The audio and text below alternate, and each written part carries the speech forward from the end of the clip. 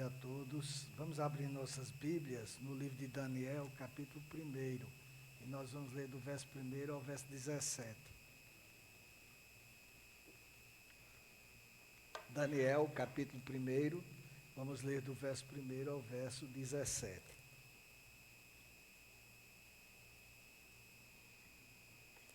Amém, queridos? Daniel faz parte da estante dos livros históricos. Então, ou melhor, dos livros proféticos. E então fica fácil de você localizá-los, são os profetas maiores. Amém? Daniel, capítulo 1, do verso 1 ao 17, diz o seguinte: No ano terceiro do reinado de Joaquim, rei de Judá, Nabucodonosor, rei da Babilônia, veio a Jerusalém e a sitiou. O Senhor entregou nas mãos deles Joaquim, rei de Judá, e alguns dos utensílios da casa de Deus. Nabucodonosor levou esses utensílios para a terra de Sinar, para o templo do seu Deus, e os pôs na casa do tesouro do seu Deus. Depois, o rei ordenou a Aspenaz, chefe dos seus eunucos, que trouxesse alguns dos filhos de Israel, tanto da linhagem real como dos nobres, jovens, sem nenhum defeito, de boa aparência, sábios, instruídos, versados no conhecimento e que fossem competentes para servirem no palácio real, e que Aspenaz lhe ensinasse a cultura e a língua dos caldeus. O rei determinou que eles recebessem uma alimentação diária tirada das finas iguarias da mesa real e do vinho que ele bebia. Os jovens deveriam ser educados ao longo de 3 anos e ao final desse período passariam a servir o rei. Entre eles se achavam Daniel, Ananias, Misael e Azarias, que eram da tribo de Judá.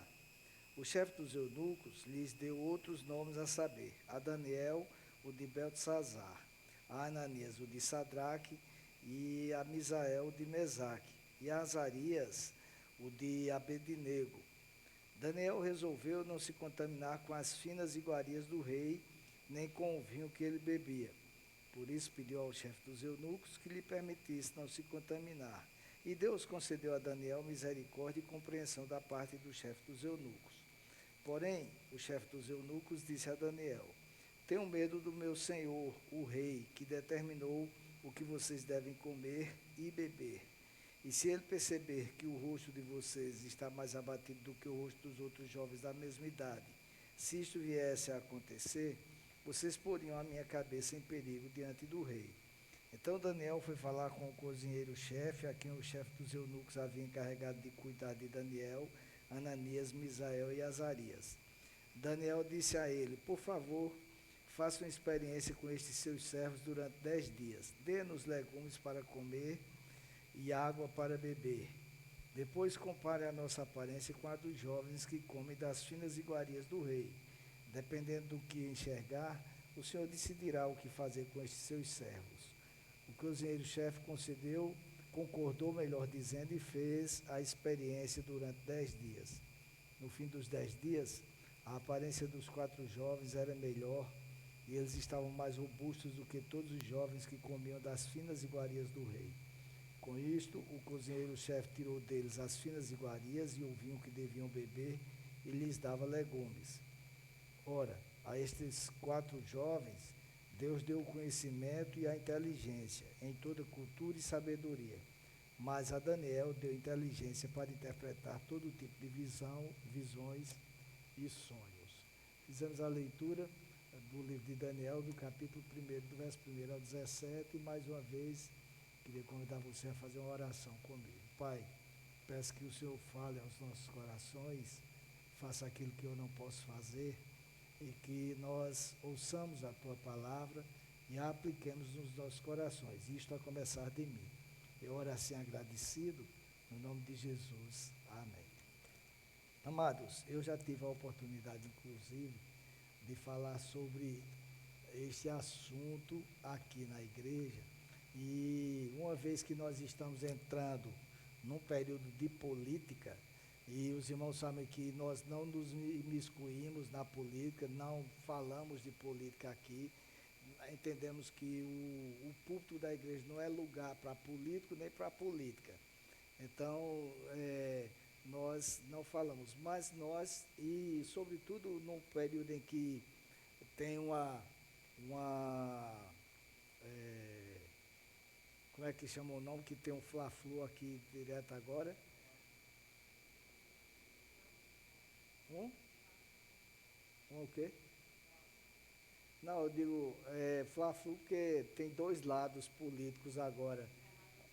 Uma polarização é medonho para os crentes ficarem se metendo nisso, às vezes perdendo tempo em redes sociais falando sobre A, sobre B, que não deveriam, poderiam aproveitar o tempo para falar sobre Jesus, sobre o Evangelho, mas como pastor, nós temos a obrigação de falar sobre a Bíblia, não sobre política, mas sobre a Bíblia, e não que a Bíblia não contenha também questões políticas, mas para que nós possamos descansar e ao invés de ficarmos preocupados com A, com B ou com C, possamos orar e depender de Deus, porque eu penso que o cristão, na realidade, ele deve depender de Deus em tudo o que faz.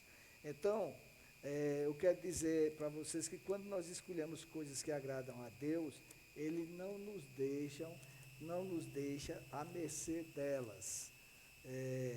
Quando Daniel e seus amigos escolheram não se contaminar com as iguarias do rei, parecia aos olhos humanos ser uma escolha de pouca sabedoria. Ora, seria muito mais fácil eles atenderem ao que o rei havia determinado, porque isto faria com que eles pudessem ter uma melhor visão ou serem melhor vistos pelo rei da Babilônia. No entanto, a escolha agradou a Deus e por isso ele agiu. Embora a escolha parecesse uma escolha aos olhos humanos de pouca sabedoria, foi uma escolha que agradou a Deus. E por isso ele agiu. Hoje pela manhã, no culto das 10h30, nós falamos sobre entregar os nossos projetos a Deus. E isto se aplica aqui também. Quando nós dependemos de Deus, entregamos os nossos projetos a Ele, as nossas vidas a Ele, Ele se agrada daquilo que fazemos. Então, observem, em primeiro lugar, Deus não deixou que o homem encarregado de alimentar Daniel e seus amigos os forçassem a comer as iguarias. No versículo 9, nós lemos, consta o seguinte: e Deus concedeu a Daniel misericórdia e compreensão da parte do chefe dos eunucos. Então, primeira coisa, aquele homem que estava responsável pela guarda dos jovens e que tinha a obrigação de forçá-los a comer a comida que o rei havia determinado, e era uma comida fina, era o que existia de melhor no reino da Babilônia, para que assim eles pudessem ser bem alimentados e com isso ser treinados para uma vida que estivesse relacionada ao reinado. O homem acabou por aceitar aquilo que eles haviam proposto, não comer das iguarias, comer apenas legumes e água, e isso fez com que eles ficassem melhor aparentes do que os demais. E Deus não permitiu justamente que Daniel e seus amigos definhassem por isso. Então, no verso 15, consta que no fim dos 10 dias a aparência dos 4 jovens era melhor e eles estavam mais robustos do que todos os jovens que comiam das finas iguarias do rei. O que mais chama a atenção, no entanto, meus amados, são as consequências da escolha que Daniel e seus amigos fizeram naquele momento. A primeira delas, porque a gente pensa que só existem consequências positivas, mas como eu dizia hoje pela manhã, o fato de nós dependermos de Deus não quer dizer que nós não passaremos por situações complicadas, difíceis, até porque Deus permite para que nós sejamos treinados. E, em segundo lugar, o inimigo de nossas vidas não fica satisfeito quando nós, obviamente, tomamos decisões que priorizam o reino de Deus. Então, a primeira das consequências foi que o inimigo ficou insatisfeito e não deixou de agir. Pelo menos em 2 oportunidades, e o inimigo aqui se travestiu em pessoas, mas pelo menos em 2 oportunidades ele criou fatos que implicaram em punição para Daniel e seus amigos. A primeira delas ocorreu no capítulo 3, dos versículos 3 ao 23, e a segunda ocorreu no capítulo 6, porque o diabo não desiste de tentar derrubar aqueles que escolhem agradar a Deus. Isso nós precisamos saber, ter isso bem certo. Quanto mais nós nos comprometemos em agradar a Deus, mas vão surgir situações que nos levam a desistir daquilo que nós decidimos, da decisão que nós tomamos para agradar a Deus. No Evangelho de Lucas, no capítulo 4, o verso 13º, consta um exemplo dessa persistência diabólica. E a persistência ocorreu com Jesus. Nós sabemos que Jesus foi jejuar e aí o diabo apareceu para... E consta no texto que após tentar Jesus sem êxito, ele apartou-se do Senhor até ocasião oportuna. Veja o que diz o texto. Tendo concluído todas as tentações, o diabo afastou-se de Jesus até momento oportuno. Ou seja, ele ficou, mesmo em se tratando de Jesus, ele ficou esperando uma oportunidade para tentar Jesus outra vez, para tentar contra a vida de Jesus. Por esta razão é que muitos, infelizmente, escolhem não se comprometer com as coisas que agradam a Deus, mesmo nas igrejas, mesmo em meio à comunidade cristã, há pessoas que escolhem o caminho mais fácil, tomam a decisão mais confortável. Por que é que eu vou me imiscuir? Por que é que eu vou me meter? Por que é que eu vou procurar sarna para me coçar? Alguns pensam dessa forma. No entanto, há duas coisas a serem ditas em relação a isto. A primeira é que nem sempre a decisão mais confortável é a mais acertada. Nem sempre. Muitas vezes nós vamos tomar decisões que são confortabilíssimas para nós, mas que vão se mostrar erradas, sobretudo quando se trata da obra de Deus. Pessoas, antes de aceitarem um desafio, muitas vezes, pensam nas consequências que aquela decisão pode gerar. E então escolhem aquilo que vai gerar mais conforto. Muitas vezes acontece assim. E a outra é que Deus não nos deixa à mercê das nossas escolhas. Quando elas agradam a Ele, obviamente, Ele não nos deixa sucumbir diante da insistência do inimigo. O maior exemplo está no desfecho desses fatos que eu acabei de narrar. No capítulo 3º, do verso 1 ao 23, o rei determinou que os amigos que as pessoas deveriam se prostrar diante de uma estátua que havia sido feita para ele. E os amigos de Daniel resolveram que não se prostrariam diante daquela imagem, como nós conhecemos a história. Resolveram que só iriam se prostrar diante de Deus.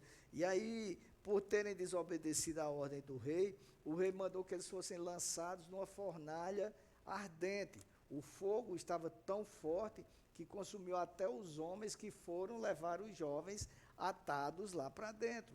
Entretanto, diz o texto que Deus não deixou que o fogo queimasse aqueles jovens. Sequer o fio de cabelo deles foi tostado. Nada, absolutamente nada. No caso de Daniel, quando o rei, quando os caras fizeram, os inimigos dele, a oposição a ele, fizeram o rei lançar um decreto para que as pessoas que não fossem, que fossem de outra religião, não poderiam adorar o seu Deus, e Daniel desobedeceu e ficou orando para Deus, ele foi determinado que ele fosse lançado numa cova de leões famintos. E o texto narra, e todos conhecem a história, que Daniel também não foi devorado pelos leões, e que depois, quando aqueles homens inimigos foram lançados na cova dos leões, os leões mal deixaram eles chegarem ao chão, já traçaram eles, porque estavam famintos. Então, isso só ocorreu porque, no princípio, houve uma escolha que foi determinante para todas as outras. Aqueles jovens escolheram não se contaminar com as iguarias do rei, não se contaminar com o mundo, com as iguarias da Babilônia. Amados, Babilônia, aqui, neste caso, no contexto em que eu estou falando, significa sofrimento. Babilônia significa escravidão. Babilônia significa privação de sentimentos, lugar que dita o que devemos fazer. Ali na Babilônia, as pessoas eram obrigadas a fazer aquilo que o rei mandava. E por esta razão foi que Daniel resolveu não se contaminar. E também por esta razão foi que o apóstolo Paulo, ao escrever aos Gálatas, falou sobre a escravidão que o mundo, e vamos dizer assim, a nossa Babilônia, o mundo, gera. Ele afirmou no capítulo 4 da carta aos Gálatas, do verso 1 ao 3, o seguinte: digo, porém, o seguinte: durante o tempo em que o herdeiro é menor de idade, em nada difere de um escravo, mesmo sendo o senhor de tudo, mas está sob tutores e curadores até o tempo predeterminado pelo pai. Assim também nós, quando éramos menores, estávamos escravizados aos rudimentos do mundo. O que o apóstolo Paulo estava dizendo é que quando nós pertencíamos ao mundo, e pertencer não quer dizer que deixamos de viver nele, mas quando nós agíamos de acordo com o mundo, estávamos sujeitos à escravidão que o mundo causa às pessoas que lá estão, porque nós somos obrigados a viver de acordo com as normas do mundo. Entretanto, e aí ele comparou isso com um herdeiro, um menor de idade, que é senhor de tudo, mas não pode desfrutar, porque por ser menor não pode tomar posse dos bens que os pais deixaram.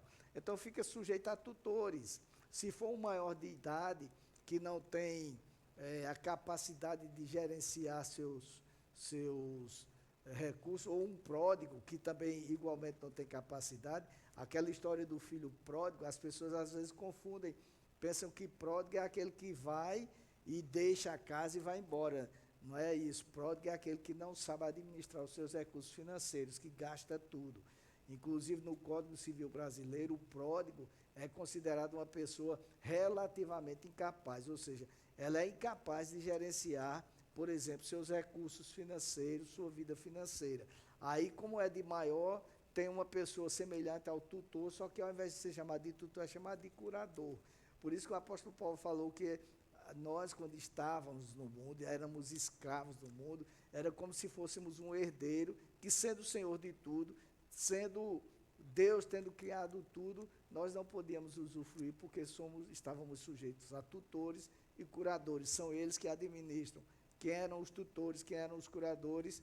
O mundo, em geral, que não permite que nós vivamos livres da escravidão, somos como escravos. Por isso que tem pessoas que são escravas da bebida, tem pessoas que são escravas de outros vícios, e assim sucessivamente. Então, o mundo é a Babilônia de muitos. Por quê? Porque escraviza, avilta, impõe costumes. Também oferece coisas aparentemente boas. Eu não estou dizendo que as coisas são ruins, mas o problema é que muitas vezes o final delas é triste.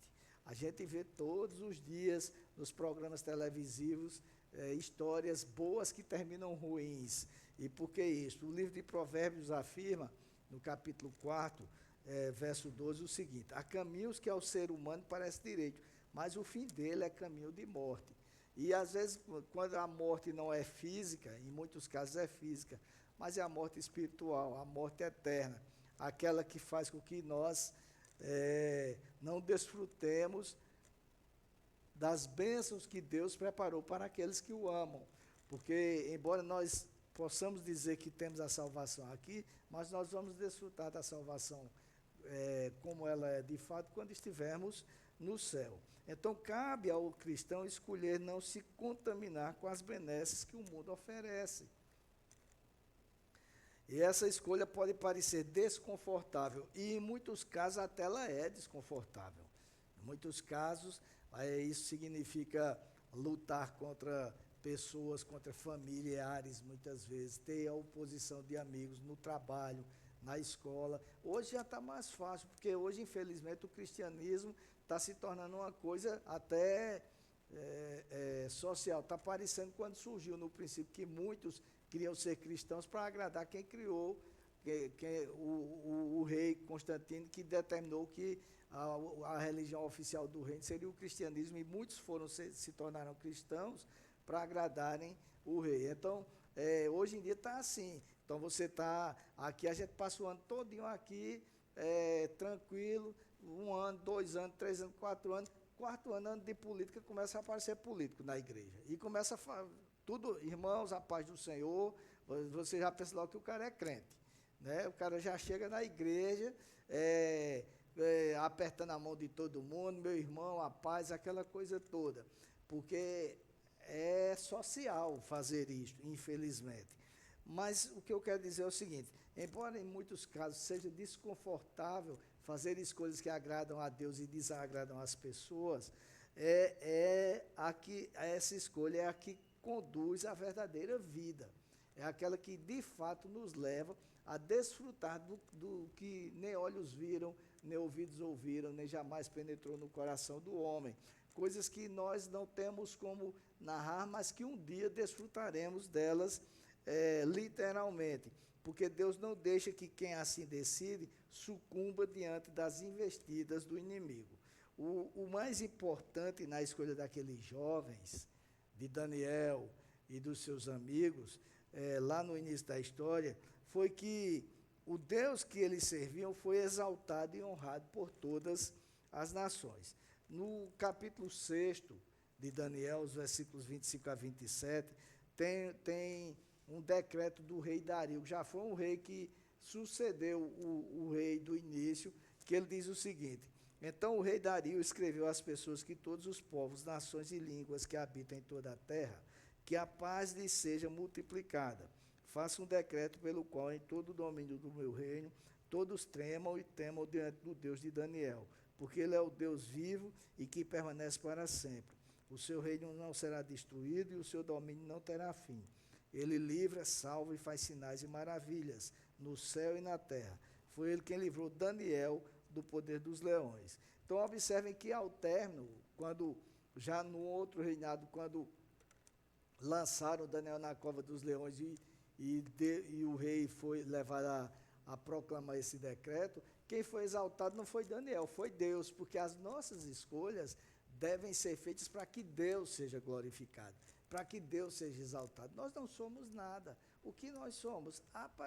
Nada, absolutamente nada. Deus, sim, que é aquele que nos alcançou, aquele que nos amou, aquele que enviou Jesus Cristo para morrer na cruz em nosso lugar, esse aqui deve ser exaltado. E observe ainda que os frutos daquela decisão tomada lá no princípio, por Daniel e por seus amigos, foram colhidos durante toda a vida deles. Por que isso? Daniel foi escolhido juntamente com seus amigos pelo rei Nabucodonosor. No capítulo 1, verso 1, nós já lemos isso, que foi o rei Nabucodonosor quem mandou que Daniel fosse para que os jovens judeus fossem levados para a Babilônia. E Nabucodonosor reinou entre os anos de 605 e 562 a.C. Foi um reinado longo. No entanto, o texto relata que Daniel prosperou também em outros reinados. Por exemplo, aqui no texto que nós lemos, já foi o rei Dario quem escreveu um decreto exaltando a Deus. E no capítulo 6, no verso 28, consta o seguinte: Daniel prosperou no reinado de Dario e no reinado de Ciro, o persa. Então vejam, ele prosperou no reinado de Nabucodonosor, no de Dario e no do persa. Sabe por quê, queridos? Em 539, Ciro, o rei da Pérsia, conquistou a Babilônia. Ou seja, por isso que o texto faz questão de dizer Ciro, o persa, porque não tinha nada a ver mais com a Babilônia. O reino da Babilônia caiu, os persas chegaram e conquistaram o reino em 539. E aí, mesmo assim, Daniel continuou prosperando sob o reinado dele. Um rei totalmente diferente, que não vivenciou as coisas que Daniel havia tomado, a decisão que Daniel havia tomado, mas ainda assim, sendo um reino que conquistou o reino anterior, um rei que conquistou o reino anterior, ainda assim, Daniel prosperou. Entre Nabucodonosor e Ciro, ainda reinaram Belsazar e Dario. E nesses reinados, Daniel também foi próspero. Sabe por que eu estou dizendo isto? Por uma razão muito simples. Eu vejo todo mundo preocupado. E se fulano de tal for o eleito na nossa nação? E se for Beltrano? O que vai ser de nós? Vão se levantar contra a igreja. Nesse dia a gente não vai mais poder pregar. E não sei o quê. Porque isso, aquilo outro. Queridos, isto aqui nos mostra que uma coisa muito certa. O sucesso de nós, que dependemos de Deus, que confiamos em Deus, o sucesso dos cristãos, e aqui eu não falo de sucesso material apenas, eu falo de sucesso no sentido da vida familiar equilibrada, falo de sucesso nos estudos, falo de sucesso em tudo. O sucesso de cada um de nós independe de quem reina no mundo. O sucesso de cada um de nós depende de quem reina nas nossas vidas. Não tem a ver com presidente A, presidente B, presidente C. Para mim, tanto faz. Quem ganhar, ganha porque Deus está permitindo. Nós não podemos ficar preocupados e brigando e discutindo e coisas do tipo, porque o que vai nos fazer bem-sucedidos é quem reina nas nossas vidas. E quem reina nas nossas vidas nem é presidente A, nem presidente B, é o Senhor. E é por isso que nós devemos decidir segui-lo e continuar seguindo ele cada vez mais, porque ele é quem faz com que nós possamos chegar nos propósitos que ele estabeleceu para a vida de cada um. Então, se nós escolhermos agradar a Deus e deixarmos ele reinar em nossas vidas, pode até haver e haverá sucessão nos governos temporais, isso é natural. Vai sempre haver, vai passar um governo, passar outro e coisas do tipo. Mas as nossas vidas não serão abaladas porque elas estarão sendo governadas pelo Rei dos Reis, pelo Senhor dos Senhores. Até a gente enfrenta as dificuldades que os outros enfrentam, que a gente não é melhor do que ninguém. Quando cai um avião que vem voando lá uns crentes e uns descrentes no avião, cai e morre todo mundo. Os crentes não saem com asinha para pousar, não, morre do mesmo jeito. Tá certo? Quando vem inflação, vem para todo mundo. Quando vem desgraça, vem para todo mundo. Mas uma coisa é passar por isso sem o Senhor, e outra coisa é passar com o Senhor, dependendo do Senhor, se agradando do Senhor, fazendo com que aquilo, os preceitos dele que ele estabeleceu nas nossas vidas, se cumpram de forma que, mesmo sofrendo, nós não entramos em desespero, porque sabemos que tem alguém que reina nas nossas vidas. Louvado seja o nome do Senhor. Aliás, essa é a mensagem passada pelo livro de Daniel. Deus é o rei e a vontade dele será feita independentemente do que estiver acontecendo no mundo temporal. É a vontade do Senhor. Ele é o autor da história. Ele é o soberano. E nada, ele não é pego de surpresa em nada. E mesmo quando vem em situações difíceis, vem para o nosso aprendizado. A gente observa no reino, no primeiro rei de Israel, foi Saul, e Saul não foi um rei bom, e quem escolheu Saul foi Deus. E será que Deus não sabia que Saul seria um rei ruim? Claro que sabia, mas Deus fez aquilo para que o povo aprendesse. O povo não queria um rei, então tome o rei que vocês querem, e aí vem juízo para vocês. Muitas vezes Deus permite que nós soframos consequências das nossas atitudes. E o que me chama mais a atenção é que muitos cristãos embarcam nessa barca furada e ficam dependendo de A, de B ou de C, desesperados, quando na realidade deveriam confiar no Senhor, que é quem é o autor da nossa história. Então, meus amados, escolha não se contaminar com as coisas do mundo, escolha deixar Deus reinar na sua vida, porque assim como aconteceu com Daniel, vai acontecer com cada um de nós também.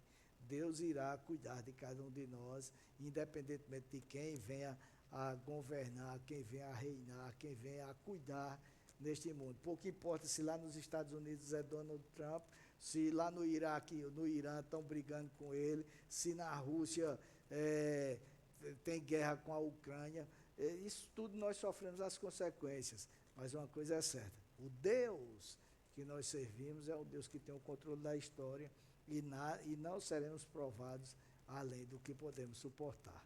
Que Deus tenha misericórdia de nós e nos dê a graça para que não esqueçamos disso e vivamos de acordo com a vontade dele. Vamos orar. Pai, no nome do Senhor Jesus, eu quero te pedir que tu nos ajude a compreender que nós não estamos neste mundo para fazer a vontade ou para nos igualar nas decisões que todos tomam, mas estamos aqui para depender de Ti e fazer a Tua vontade, que nem sempre é a mais agradável para as pessoas, mas sendo a mais agradável para Ti, é a melhor para nós. Nos ajuda a entender assim e a cumprir a Tua vontade nas nossas vidas. Nós oramos com gratidão no nome de Jesus. Amém. Amém, queridos. Eu queria convidar o Ministério do Louvor e os oficiais presentes.